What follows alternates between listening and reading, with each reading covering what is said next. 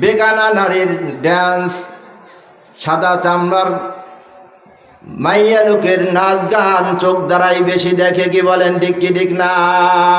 ফেরেশতারা রেডি হয়ে আছে, আরে নির্বোধ কপাল পোড়া, যে আল্লাহ তোকে চোখ দিল দেখার জন্য, কিন্তু যেটা দেখার জন্য বলছে সেটা দেখো না, আর যেটাকে আল্লাহ তোমার জন্য হারাম করেছে সেটা তুমি জলমের মতো মজা মাইরা মাইরা দেখতাছ। ফেরেশতারা কয় নির্বোধ কপাল পোড়া, আয় কবরে আয়, আমি তোর জন্য রেডি হয়ে আছি।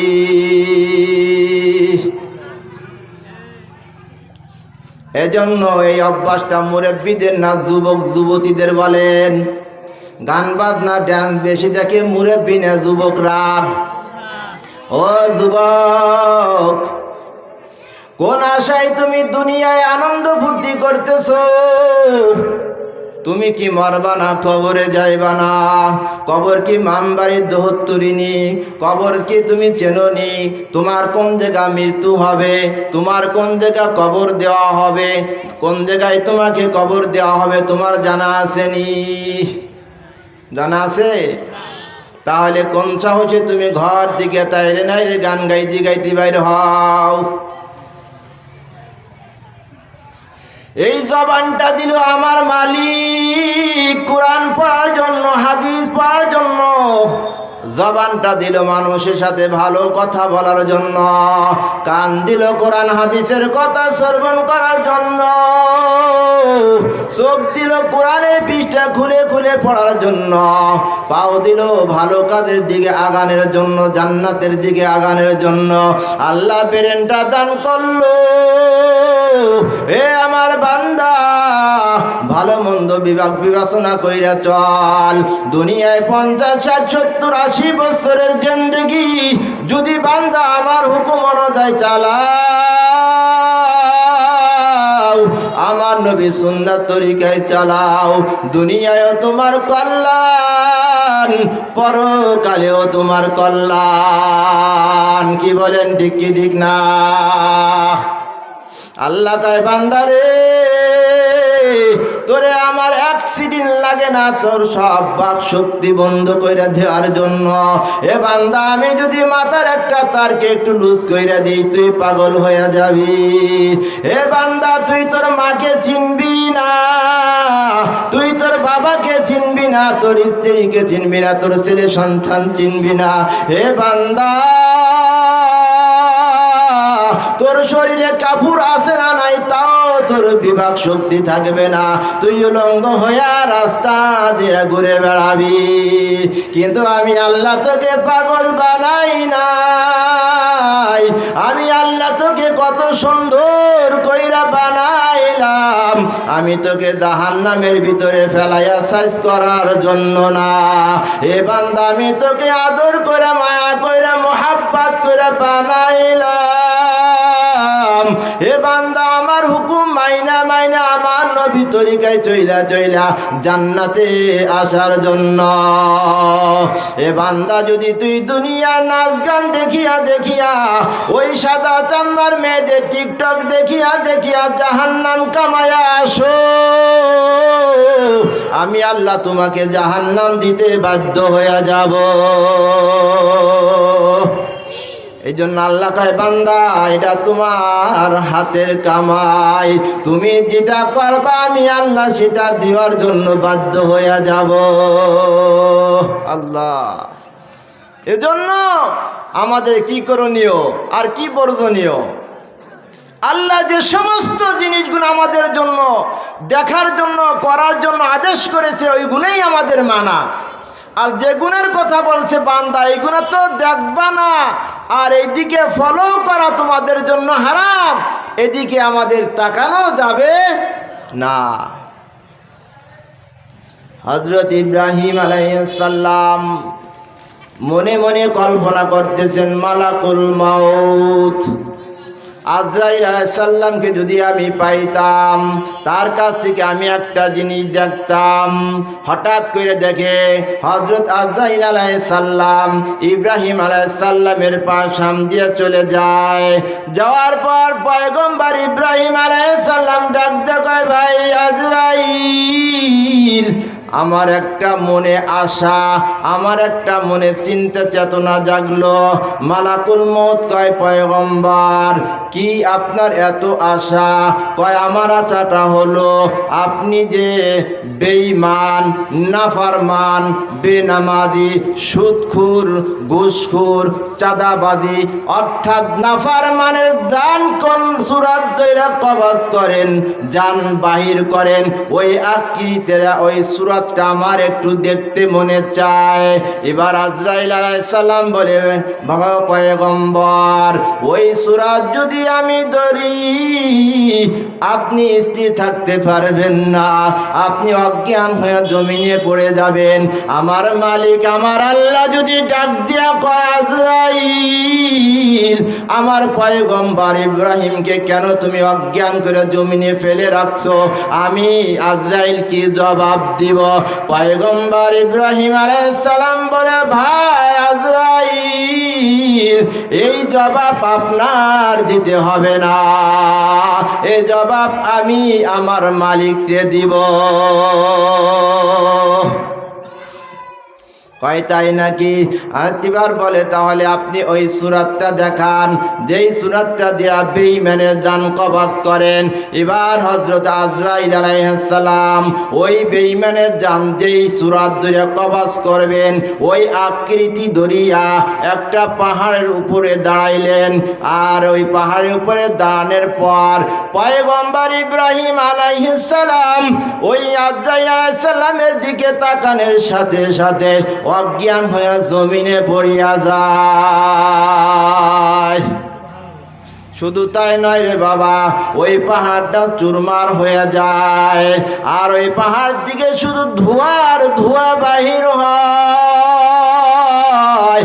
এবার আল্লাহ ডাক দেখো, আজরাইল আমার পয়গম্বর ইব্রাহিমকে যদি কিয়ামত পর্যন্ত হায়াত দেই আমার পয়গম্বরের কোনো দিন জ্ঞান ফিরবে না। এবার আজরাইল আলাইহিস সালাম কয়, আল্লাহ কোন কাজ করলে আপনার পয়গম্বরের জ্ঞান ফিরবে আমাকে বলিয়া দেন। আল্লাহ আমার ডাক দিয়ে কয়, আজরাইল যেই সূরাত দরিয়া আমার খাস বান্দা, আমার বিশেষ বান্দা, আমার নেককার বান্দা, আমার মাহবুব বান্দার জান কবজ করো, ওই সূরাত ধরে আমার পয়গম্বরের সামনে দাঁড়ায়া যাও।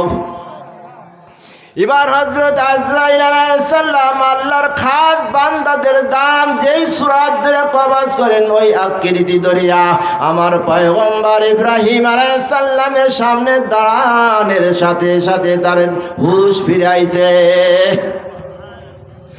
এবার হুঁশ ফিরে আসার পর হাউমাউ করে খাদিয়ার কয়, ভাই আজরাইল যদি কোনো আল্লাহর বান্দা বান্দি জানে বেঈমানের জানটা এইভাবে কবজ করা হয়, আমার মন সাক্ষী দেয় ও মন কোনো বান্দা বান্দি নাই, গুনাহ করা তো দূরের কথা, গুনার দিকে তাকাইবেও না।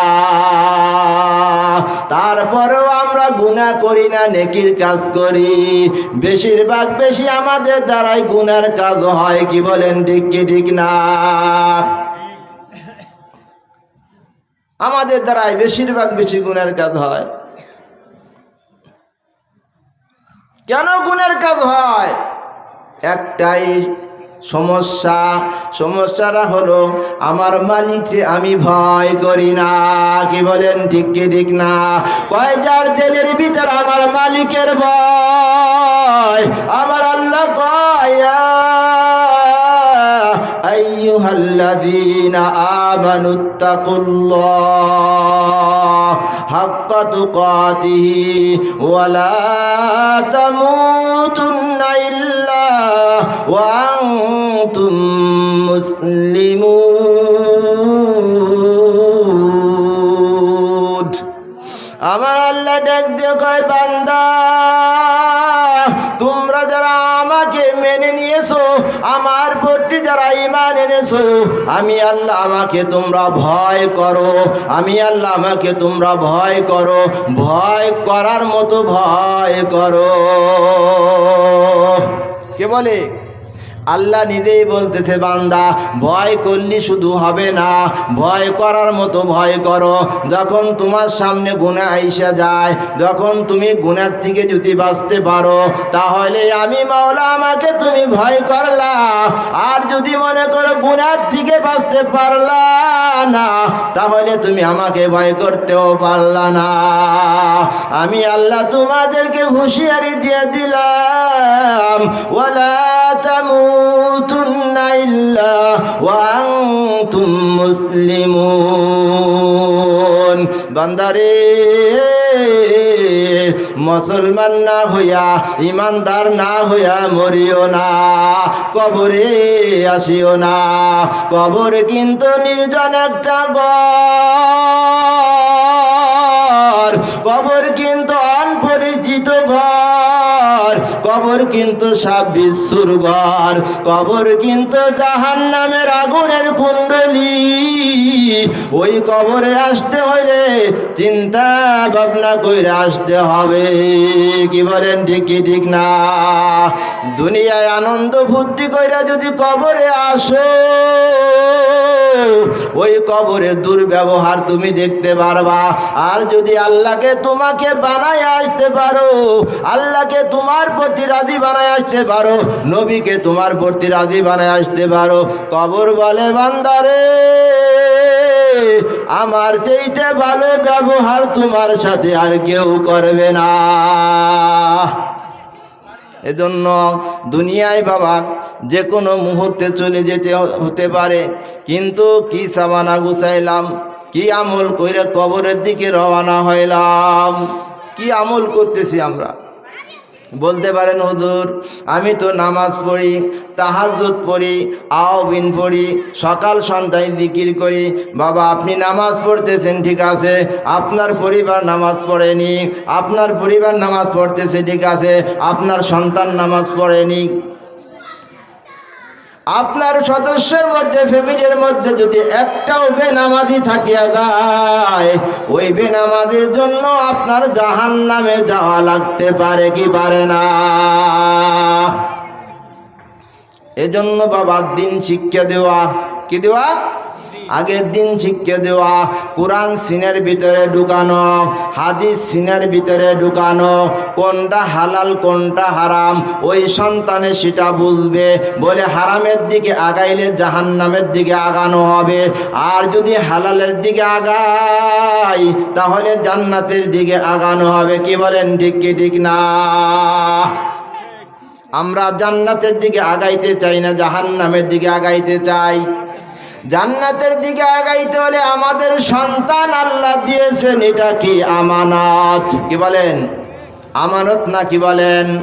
আল্লাহ ছেলে মেয়ে যাকে যা দিয়েছেন সব কিছু আমানত।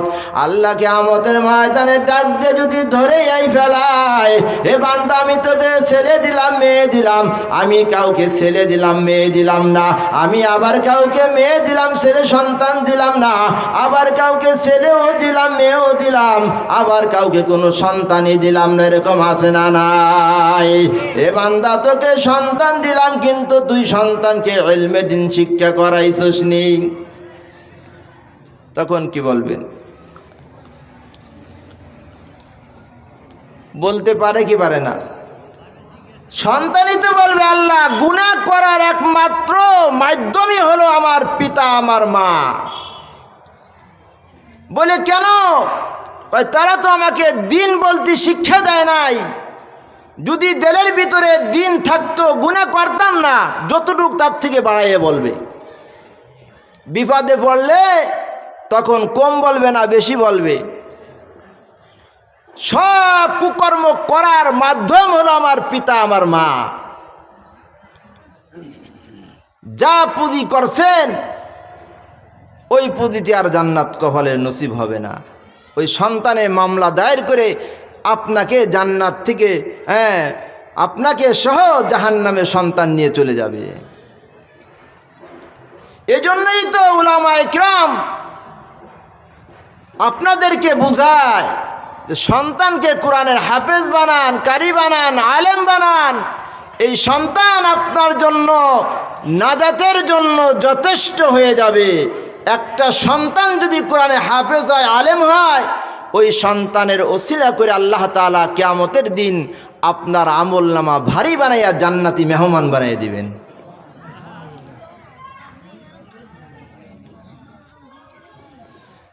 যদি বাপ মা ছেলে সন্তানকে আলেম বানায় যাইতে পারে, ওই বাপ মার কোনো ভয় নাই। ইব্রাহিম আলাইহিস সালামের বাবা ছিল কি? কাফের। তা ইব্রাহিম আলাইহিস সালামের বাবার কথা একদিন মনে করে করে তিনি খুব পেরেশানি হয়ে গেল। চিন্তা জাগলো যে আমার বাবা আজর সে ইসলাম গ্রহণ না করার কারণে চিরদিনের জন্য চিরস্থায়ী জাহান্নামী হয়ে গেল, আর আমি তারই সন্তান, আমি পয়গম্বর ইব্রাহিম, আমার কত অনুসারী আমার প্রতি ঈমান আনলো, আমার মালিকের প্রতি ঈমান এনে তারা জান্নাতি হয়ে গেল। আমি যখন হাসরের ময়দানে আমার উম্মতদেরকে নিয়ে জান্নাতে যাইয়া জান্নাতের নিয়ামত ভোগ করব, আর আমার বাবা আজরকে জাহান্নামের মধ্যে কখনো জাহান্নামের আগুনে পুড়বে, কখনো জাহান্নামের মধ্যে আযাবের ফেরেশতারা পিটাবে, কখনো সাপে কামড়াবে, বিশ্রুতি কামড়াবে, তাকে বেজ্জতি করা হবে। নিজে নিজে ভাবতেছে এটা কি আমার প্র্যাকটিসে লাগবে না, এটা কি আমাকে অপমান করা হবে না, এটা ভাইবা আল্লাহর কাছে দোয়া করে, আল্লাহ ও মালিক, আমাকে পয়গম্বর বানাইলাম, আমার অনেক উম্মত, কিন্তু যেই বাবা, ওই বাবা তো বেঈমান হয়ে মারা গেল, কাফের হয়ে মারা গেল। কিয়ামতের ময়দানে আমার বাবা জাহান্নামে জ্বলবে, আর আমাকে জান্নাত দান করবা, জান্নাতের হাজারো নিয়ামত ভোগ করব, কিন্তু আমার বাবা জাহান্নামের মধ্যে আযাবে গ্রেফতার থাকবে। দুনিয়ার বুকে একটা মাধ্যম দেখেন, সন্তানকে সিংহাসনে বসাইছে, কিন্তু বাবাকে সামনে রাইখে পিটাইতেছে। ওই সন্তানকে সম্মান করা হলো না, বেজ্জতি করা হলো। এইটা ভাইবেই বলতেছে, আল্লাহ আমাকে জান্নাত দান করবা, আমার উম্মতেরা জান্নাতে যাবে, কিন্তু আমার জন্মদাতা পিতা জাহান্নামে থাকবে। এটা কি তুমি আমাকে বেজ্জতি করবা না? যখন আমার উম্মতেরা জান্নাতের মধ্যে বসে বসে বলবে, ও পয়গম্বর, কই আমাদের আপনার বাবা কই, আমাদের দাদা কই, আমাদের দাদা কই? সেটি জাহান্নামের ভিতরে আযাবে গ্রেফতার, আর আপনি জান্নাতের ভিতরে কত নিয়ামত ভোগ করতেছেন। আল্লাহ, ওই দিন আমি আমার উম্মতকে কি জবাব দিব? আয় আল্লাহ, আপনি আমার বাবাকে মাফ করিয়া দেন, আমার বাবাকে ক্ষমা করিয়া দেন। আল্লাহ ডাক দিয়ে কয়, পয়গম্বর, আর একবারও তোমার বাবার জন্য দোয়া করবা না, দোয়া করলেও কবুল হবে না, কাজ হবে না। দ্বিতীয়বার যদি দোয়া করো, আমি আল্লাহ তোমার পয়গম্বর খাতার থেকে নাম কেটে দিতে বাধ্য হয়ে যাব।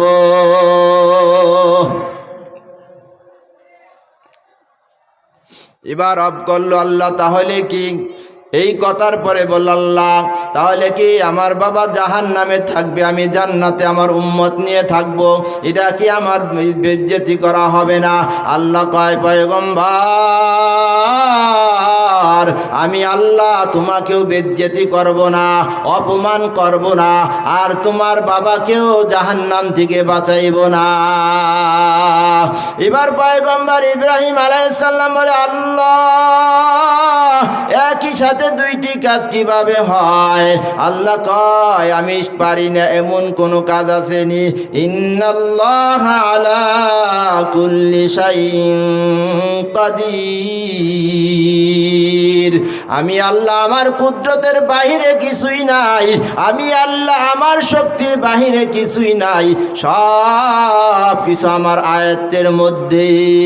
আমি আল্লাহ তোমার বাবাকে এমন ভাবে বানায়া রাখবো, এটা তুমি শুনতে চাও না দেখতে চাও? এবার পয়গম্বর বলে, আল্লাহ দেখতে পারলে শোনে কে? কয় তাহলে জাহান্নামের দিকে তাকাও। পয়গম্বর ইব্রাহিম আলাইহিস সালাম জাহান্নামের দিকে তাকায়, দেখে জাহান্নামের ভিতরে একটা খুঁটি, খুঁটির সাথে এমন একটা জানোয়ার, ওই খুঁটির সাথে জানোয়ারটাকে বেঁধে রাখা হয়েছে।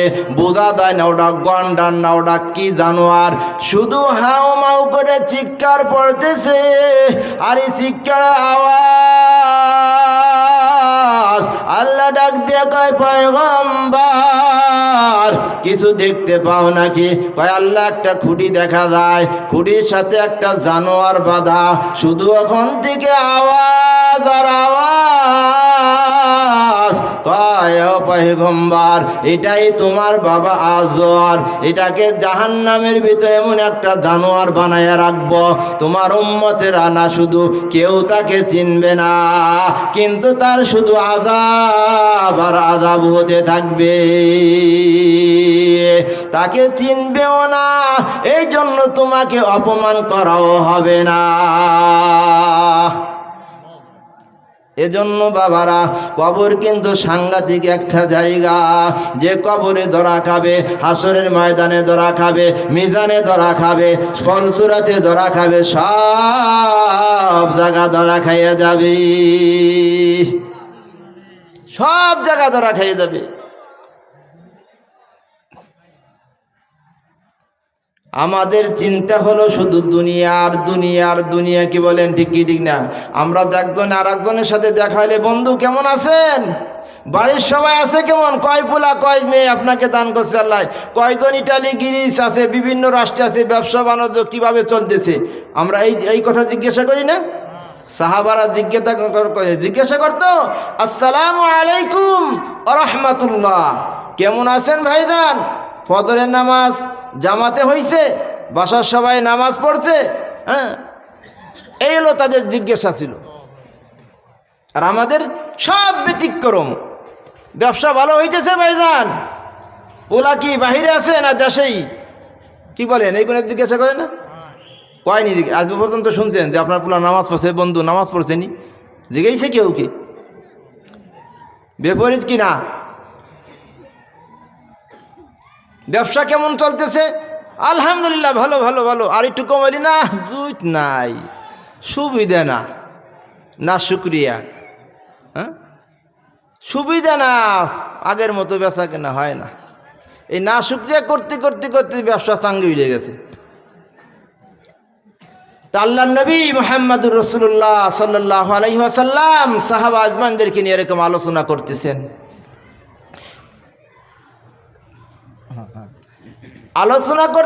এর মধ্যে সুন্দরী সরসী রূপসী একটা যুবতী মেয়ে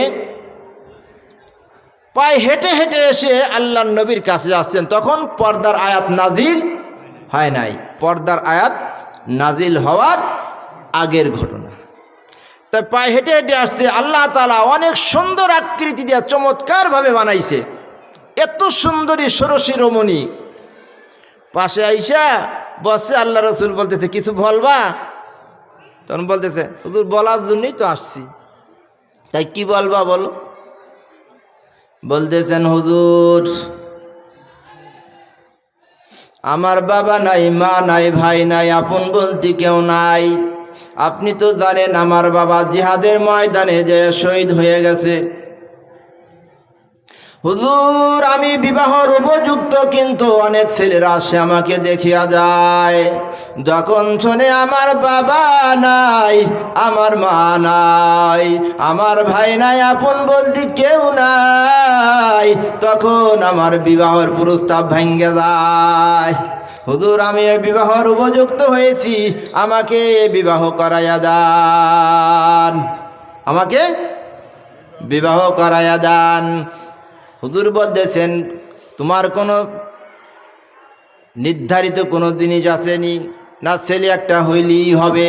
পায় না হুজুর, ছেলে এমন ছেলের সাথে আমাকে বিবাহ করাবেন যেই ছেলের মধ্যে 3টি গুণ আছে। কয়টি? যেই ছেলের মধ্যে 3টি গুণ আছে, বিদ্যমান আছে, ওই ছেলের সাথে আমাকে বিবাহ করাবেন। নবী আমার বললেন, হে মেয়ে কেমন গুণ? গুণ 3টি কি বলো? কয়েক নম্বর গুণ হলো প্রত্যেক দিন 1 খতম কোরআনের সব তার আমল নামায় উঠাইতে হবে। বলে 2 নম্বর গুণ কি? বলে 2 নম্বর গুণ সারাদিন রোজা রাখতে হবে। বলে 3 নম্বর গুণ কি? বলে 3 নম্বর গুণ হলো সারা রাত নফল নামাজ পড়ে পড়ে আমার আল্লাহকে আপন বানাইতে হবে। আইসে বলতে পারতো না ভালো ঘর হইতে হবে, ছেলের দেখতে পরে অনেক ফিটিস হইতে হবে। বলতেছে হুজুর শুধু তাই নয়, ছেলে খাটো হোক, লম্বা হোক, ধলা হোক, কালো হোক, যেমন হোক তেমন হোক, কোনো সমস্যা নাই, সমস্যা এক জায়গায়, গুণ 3টি থাকতে হবে। গুণ কয়টি? 3টি থাকতে হবে। তাই বাইটা লম্বা ধলা কালো এর কোনো আমার প্রশ্ন নাই। কয় তাই নাকি? বলে তুমি কি একটু ভাবছো গুণ 3টি কি সহজ না কঠিন? দৈনন্দিন 1 খতম কোরআন প্রত্যেক দিন উঠেন কি সম্ভব? প্রত্যেক দিন রোজা রাখা সারা বছর সম্ভব? প্রত্যেক দিন রাতভর নফল নামাজ পড়ে পড়ে আল্লাহকে আপন বানানো, এটা কি সম্ভব? নবী আমার বলে, হে মেয়ে এমন গুণ তো আমার ভিতরেই নাই, তা আমার সাহাবীরা কেমনে করবে? কা হুজুর এটা আমার মনের তামান্না, এটা আমার মনের একটা আকাঙ্ক্ষা, এটা আমার মনের একটা নিয়াত। এমন ছেলে যদি পাই তাহলে আমি ওই ছেলেকে বিবাহ করব, আর যদি না পাই তাহলে জীবনে বিবাহ করব না। এবার নবী আমার বলেন, হে আমার সাহাবীরা দেখো দেখো মেয়েটা দেখতে অনেক সুন্দর। তখন তো পর্দার আয়াত নাযিল হয় নাই। কয় দেখো তোমরা মেয়েটা অনেক সুন্দর, যদি চাও ইনাকে বিবাহ করতে পারো, তবে গুণ এই 3টি থাকতে হবে। এবার কোনো সাহাবী আর মাথা জাগায় না। এবার মেয়েটা বলে, হুজুর আমার কপালে কি কোনো ছেলে নাই, আমার কি বিবাহ হইবে না? এবার মেয়েটা নবী বলতেছেন এমন ছেলে তো এখানে পাওয়া গেল না। এবার মেয়েটা মন খারাপ করে বাড়ির দিকে চলে যায়। এক কোণার থেকে ছোট্ট একজন সাহাবী, দেখতে শুনতে তেমন ভালো না, দাঁড়ায় বলতেছেন, ইয়া রাসূলুল্লাহ এই গুণ 3টি আমার মধ্যে আছে, হুজুর মেহেরবানি করিয়া ওই মেয়েটার সাথে আমাকে বিবাহ করাইয়া দেন। নবী আমার বলতেছেন, ও আমার সাহাবী বুঝতে শুইনা কথা বইল, গুণ কিন্তু সাংঘাতিক। দৈনন্দিন 1 খতম কোরআনের সওয়াব, আবার দিন ভরে রোজা রাখতে হবে, রাত ভরে নফল নামাজ পড়ে পড়ে আল্লাহকে আপন বানাইতে হবে। কয় হুজুর কোনো ব্যাপার না, আমার ভিতরে এই গুণ 3টি আছে, কোনো সমস্যা নাই। এবার নবী আমার বলেন, সাহাবীরা ওই মেয়েটিকে বুলান দাও, ওই মেয়েকে ডাকিয়ে আনো। মেয়েটিকে ডাকিয়ে আনার পর বলতেছেন, হে মেয়ে এই ছেলেকে পাওয়া গেছে।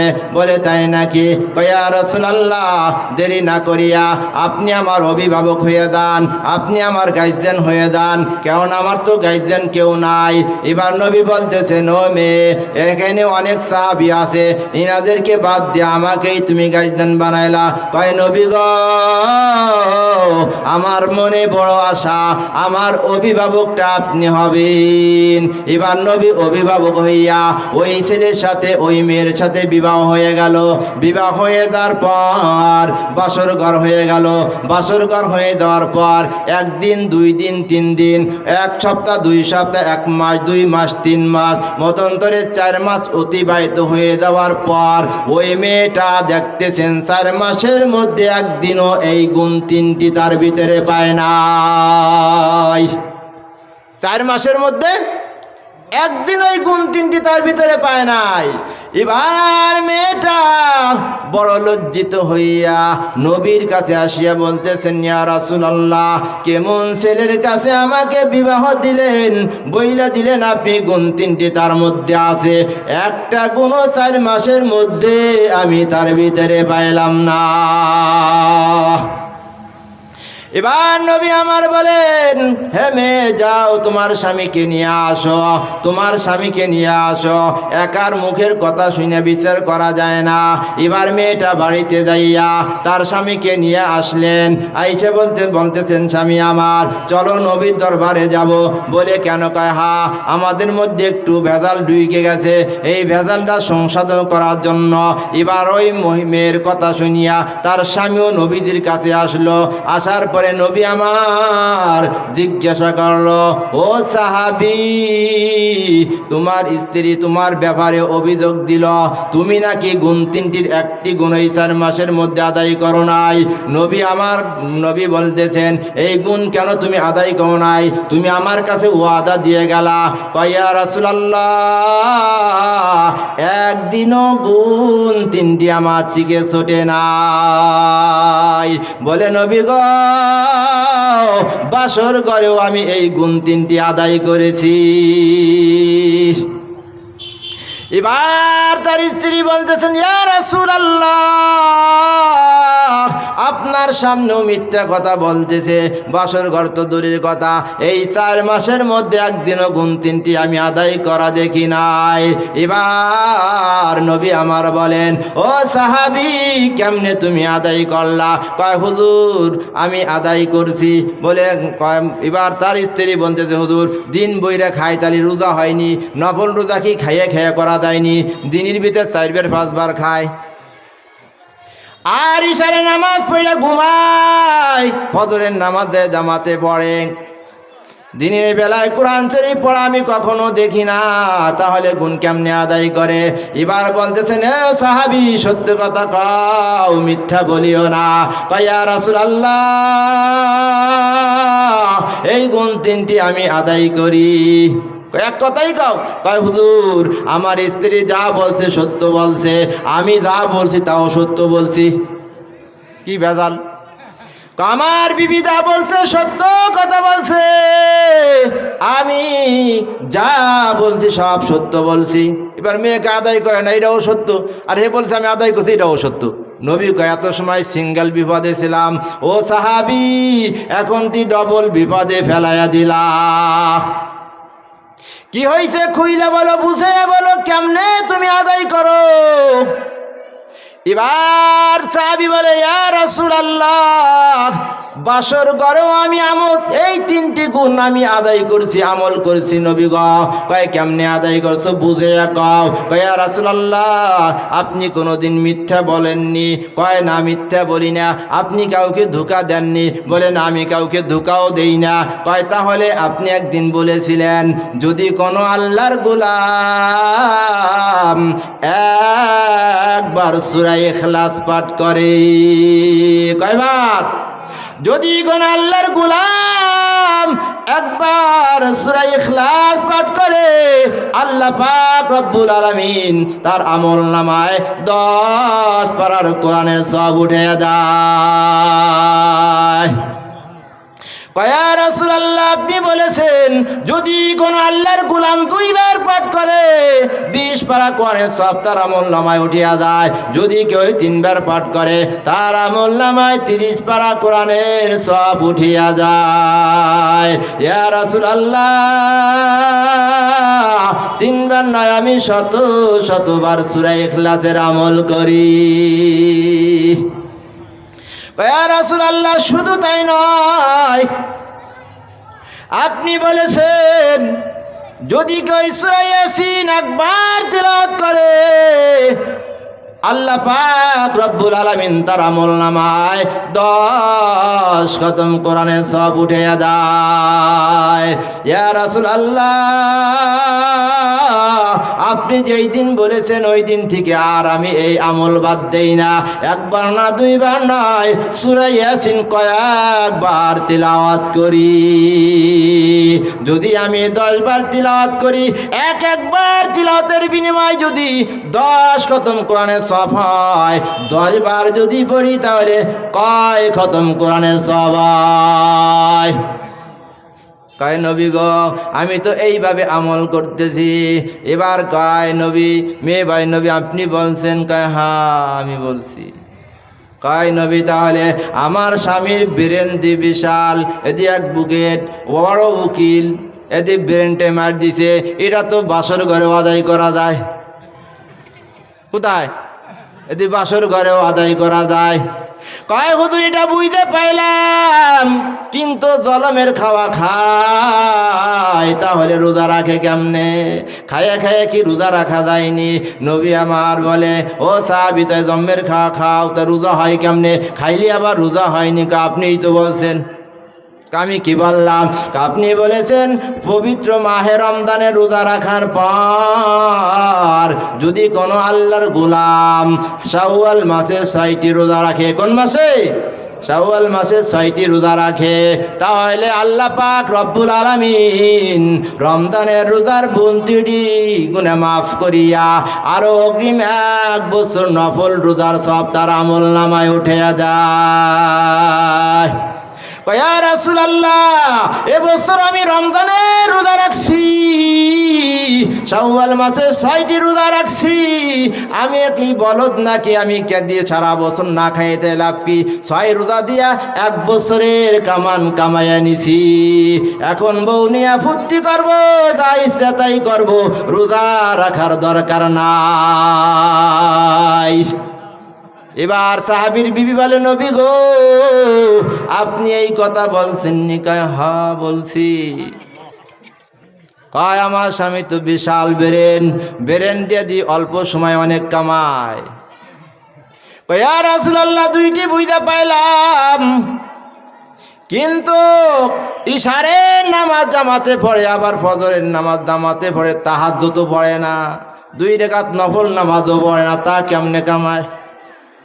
এবার নবী আমার বলে, সাহাবী তাহলে তুমি ইশারের নামাজ পড়ো কিন্তু আর রাত বইরে ঘুমাও। কয় ঘুমাবো না, কি করবো হুজুর? আপনিই তো বলছেন ঘুমাইয়া যদি সারা রাত নামাজের সওয়াব পাই, রাত দাইগা বউ থুই আমি রাত বইরে দাঁড়াই দেয় নামাজ পড়ে লাভ কি?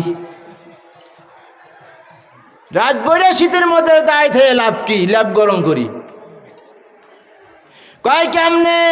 কয় আপনি তো বলছেন যে আল্লাহর গোলাম ইশারের নামাজ জামাতে আদায় করিয়া ফজরের নামাজ জামাতে আদায় করবে, আল্লাহ পাক রব্বুল আলামিন তার আমলনামায় সারা রাত নফল নামাজের সওয়াব উঠাইয়া দেয়। আমি তো কায়দা মতন মাইরতে দিছি নবী গো, ইশারের নামাজ জামাতে আদায় করি, আবার ফজরের নামাজ জামাতে আদায় করি, আমার নামাজ ছোটে না। যদি আমি ইশার ফজর দিয়েই যদি সারা রাত নামাজের কামাই করতে পারি, আমি রাত দাইগা আমার লাভ কি হবে? দেখছেন নি বেরেন কোন জায়গা মাইরে দিছে। এবার বউ কয়, আমি বড় লজ্জিত স্বামী গ, আপনার প্রতি আমি আরো মিথ্যা অভিযোগ দিয়েছি, এমন সংক্ষেপে এমন কামান কামাইছেন, আমাকে কেন বলেন নাই? স্বামীর গলাটা জড়াই ধরে নিয়ে কয়, চলো বাড়িতে যাই। হ্যাঁ, চলো বাড়িতে যাই।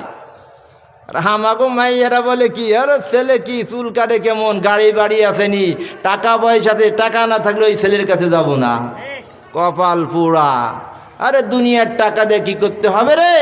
দুনিয়ার টাকা কোনভাবে কামাইতেছো, কোনভাবে ব্যয় করতেছো, সব এ টু জেড কিয়ামতের ময়দানে দিতে হবে। কি বলেন, ঠিক কি ঠিক না?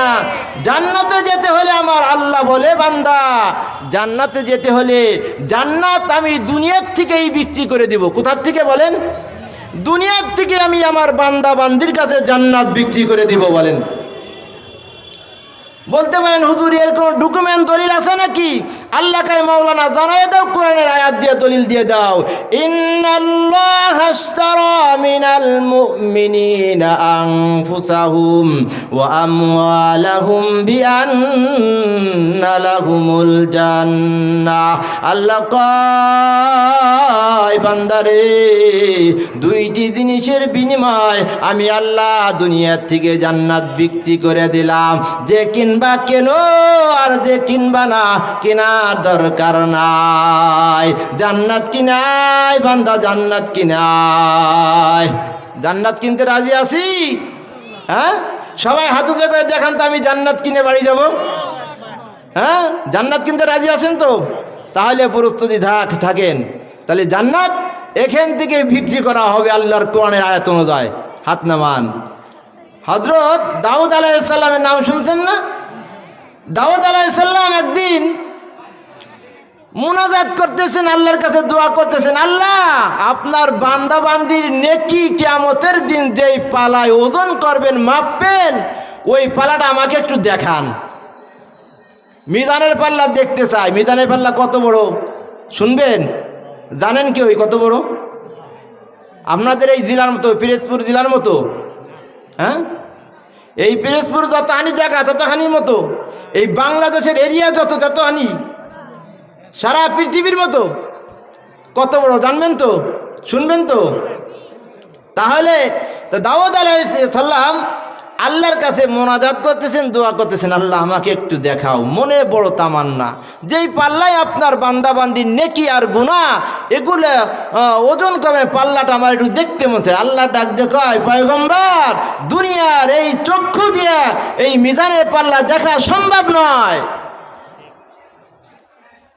আল্লাহ আপনি পারেন না এমন কোনো কাজ আসেননি, আপনি তো সবই পারেন, একটু দেখান আমারে। মানে খুব বিনতির সাথে বলতেছে। আল্লাহ তাআলা বলল, হে ফেরেশতা যা আমার পয়গম্বরকে মিজানের পাল্লাটা দেখাবি। তখন এরকম অনুরোধ করার পর বলতেছে, আল্লাহ তাহলে কত বড় আপনি বানাইছেন? আমি তো এত বড় বানাইছি, 7 আকাশ 7 জমিন যদি ওই মিজানের পাল্লার মাঝখানে রাখা হয়, আমার মিজানের পাল্লা ভরবে না। 7 আকাশ 7 জমিন। আল্লাহ তাইলে আমি দেখবো, এত বড় পাল্লা রাখবেন কোথা, আমি পাল্লাটা দেখবো। আল্লাহ ডাক দেখলো, ফেরেশতা একটু দেখাই দাও। ওই মিজানের পাল্লাটা যখন সামনে একটু ধরলো, চোখের নজর পড়ার সাথে সাথে অজ্ঞান হয়ে পড়ে গেছে জমিনে। কিছু সময় পর জ্ঞান আসার পরে আল্লাহকে ডাক দেখায়, আল্লাহ এই সুবিশাল এই মিজানের পাল্লা আপনার এমন কোন বান্দা বান্দি আসেনি যারা নেকি দিয়ে বুঝাই করে জান্নাতি মেহমান হবে? আমার আল্লাহ ডাক দিয়ে কয়, পয়গম্বর ও দাউদ আমার বান্দা বান্দির অভাব নাই, এমন বান্দা বান্দির অভাব নাই। এবার আল্লাহ তোমার ওই সমস্ত বান্দা বান্দি কারা, আমাকে একটু তাদের নমুনা বলিয়া দেন। আল্লাহ কয়, ও দাউদ ওই সমস্ত বান্দা বান্দি তারা বলে যারা আমি আল্লাহ আমাকে রাজি করার জন্য, আমাকে আপন বানানোর জন্য, আমাকে রাজি করার জন্য, খুশি করার জন্য একমাত্র শুধুমাত্র আমার রাস্তা একটা খুরমা পরিমাণ দান করবে, এতিম অসহায় ব্যক্তির পাশে দাঁড়াবে, অর্থ দিয়ে বুদ্ধি দিয়ে শ্রম দিয়ে সহযোগিতা করবে। আমার ভাইজান অনেক বড় আবেগ নিয়ে, অনেক বড় আশা নিয়ে আপনাদের মহল্লায়, পিরোজপুর ভাইরা আমার, আপনাদের মহল্লার মধ্যে একটি মাদ্রাসা করার জন্য অনেক মুজাহাদা করতেছে। তার মাধ্যম হলো একটাই, এটা হলো কোন মাধ্যম? টাকা কামানোর মাধ্যম নয়। মাধ্যমটা হলো তিনিও জান্নাতে যেতে চায়, আপনাদেরকে নিয়ে জান্নাতে যেতে চায়। কেমনে আপনাদেরকে নিয়ে জান্নাতে যাবে। এখানে মাদ্রাসা করার উদ্দেশ্যটা এটা, এই আশেপাশে ভাইরা আপনার সন্তান মাদ্রাসায় দিবেন, আপনার নাতিকে মাদ্রাসায় দিবেন, আর মাঝে মাঝে আলেম ওলামার সাথে সম্পর্ক করবেন। হাফেজ সাহেব কেমন আছে, মাদ্রাসা কেমন চলতেছে। ও ভাই, যদি ওইটা প্রাইভেট মাদ্রাসা হয়, প্রাইভেট না, প্রাইভেট মাদ্রাসায়, তাই বুঝে কি মাদ্রাসার পাখিদেরকে কিছু সহযোগিতা করা যাবে না? ও বন্ধুরা আমার, এর সাথে আমার এতিমখানা লিল্লাহ বোর্ডিং আছে, চমৎকার জিনিস। ও ভাই, এখানেও তো একটা গরিবের সন্তান পড়তে মনে চায় কি চায় না?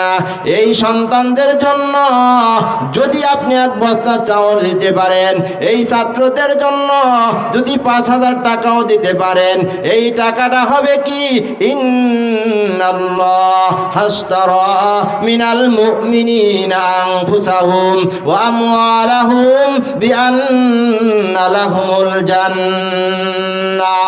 ও বন্ধুরে, এই মাদ্রাসায় দান করা মানে আপনার অর্থ দিয়ে জান্নাত কিনা, কি বলেন ঠিক কি ঠিক না? আল্লাহ বলছে, বান্দারে তোর জানের বিনিময় আর মালের বিনিময় জান্নাত কিনবি। আল্লাহ কয়, বান্দা যদি কোনো কাফেরের হাতে বন্দী হইয়া যাও, কোনো নির্যাতনের সম্মুখে পড়িয়া যাও, জীবন দিয়া দিবা কিন্তু ইমান দিবা না। যদি জীবন চাই জীবন দাও, কিন্তু ইমান দিও না। যদি তুমি ইমান দিয়ে দাও, চিরদিনের জন্য জাহান্নামী হয়ে যাবা।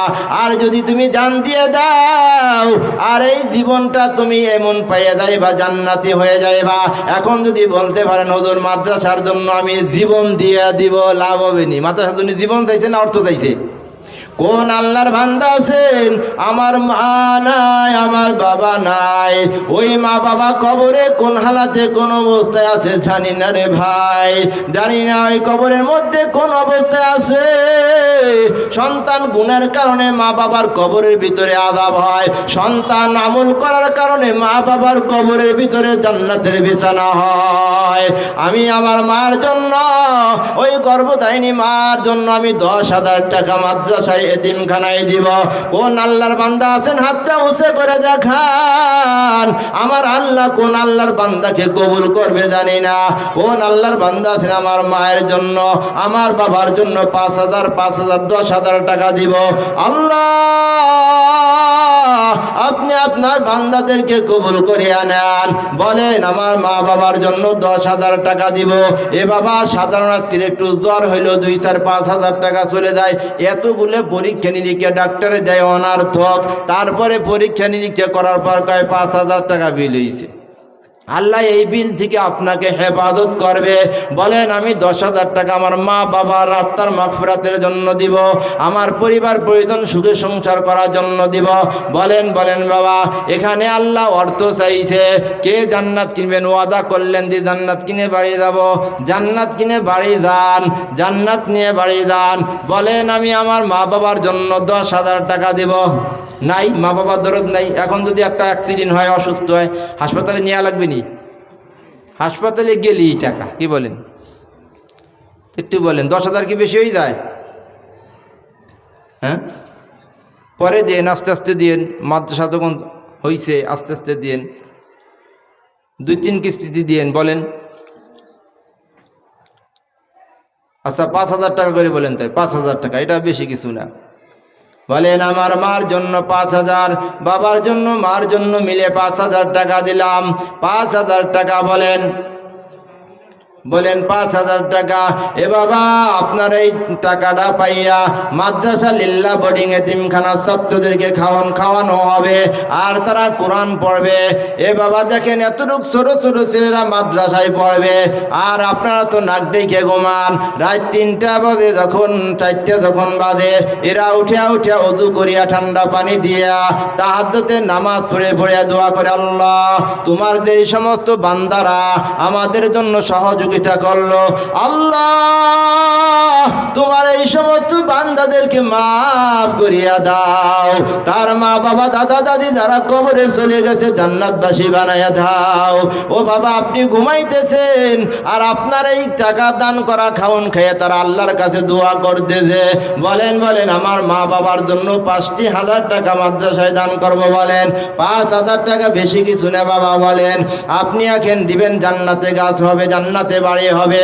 বলেন আমার মা বাবার জন্য 5,000 টাকা আল্লাহ রাস্তায় দান করব, মাদ্রাসার কোরআনের পাখিরা খেয়ে খেয়ে দোয়া করবে, আল্লাহর কোরআন শিক্ষা অর্জন করবে, কোরআনের হাফেজ হবে, আলেম হবে, তারা আবার আলেম হয়ে তারা আবার ছাত্র পড়াবে, কিয়ামত পর্যন্ত আপনার আমল নামায় সব হতে থাকবে।